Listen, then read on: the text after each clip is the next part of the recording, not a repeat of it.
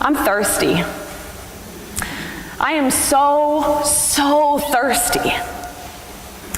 Truer words were never spoken by me this Lenten season.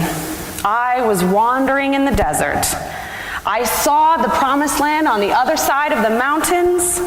I could see her cool waters glistening in the sun. And God said to me, "Not today, kiddo. You've got another 40 years to wander in this desert." I was so thirsty. I was running a race. I saw that finish line at the end. The volunteer had her hand extended to me, a cup of refreshing water in her grasp, ready for me to gulp it down. As I got near, her hand withdrew and she said to me, No, Lois, you've got to keep running." "But for how long?" I said. "I just ran 26.2 miles. "Don't know. Could be another 2 miles, could be another 200. I was so thirsty. I felt as dry and brittle as old bones left in the sun. I was so thirsty. I am so thirsty. Jesus uttered these exact same words nearly 2,000 years ago as he hung from the lynching tree. What a dry desert Friday that was. What a thirsty Friday that was. Every other phrase uttered by Jesus was in relation to something or someone else. Taking care of his mother and a disciple, taking care of those hanging next to him, talking to God, finishing his work. Jesus had already run a race, and yet he still had more to go. He saw the promised land, but still had some more wilderness wandering to complete. He was tired. He was thirsty. This moment of thirst becomes, for me at least, the most human moment for Jesus. He's not ministering to other people or completing his final work. He's asking to be given a cup of cool water right before he crosses that finish line. Psalm 63:1 describes our wandering as thirsting for God. Our whole being longs for God in a dry and parched land where there is no water. The Lenten season has always been about wilderness wandering, but for me personally, and maybe for us collectively, this season of wandering has felt especially dry and parched. Kids are still locked up at the border. Families are still being separated. Trans people are still being stopped from serving their country or being safe in their own communities and schools. Mass shootings are still happening almost every other week. Our planet is still under attack. Many are still living without basic health care coverage. We are still scraping the bodies of our black and brown siblings off the streets. We are still underpaying and undervaluing women in the workforce. We are still regulating women's bodies and sexualities. We are still excluding LGBT people from our churches and our families. We are so thirsty.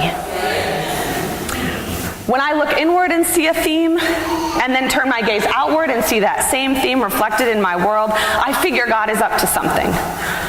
I figure God's trying to speak. God's working on showing up somewhere. So where does God show up in the scriptures when God's people are so thirsty? Walter Brueggemann says that the theme of wilderness is an appropriate one for Lent. For Lent is being about thin places without resources and being driven back to the elemental reality of God, the reliability of God, and our capacity to trust God in the thin places where there are no other resources. The Bible does not everywhere assume that God is present, but knows about the dry places where God's absence is overwhelming. So I ask again, where does God show up? When we collectively are wandering in those dry places, when we, like Jesus in our moments of humanity, are not quite at death's door and yet not quite at Easter resurrection, when we are hanging from the crosses of our own oppression and cry out, I am so thirsty, where is God? Where is God? Well, here's the good news.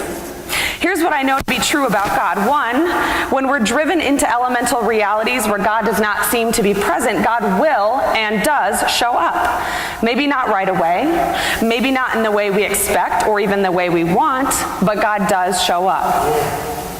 The second thing I know to be true about God is that God loves water. God started this world with womby, life-giving, baptismal water.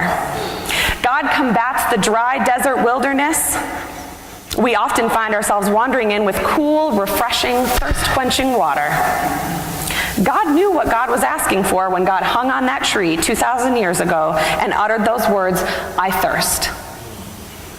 Listen to how our God talks about water. "With joy you will draw water from the wells of salvation.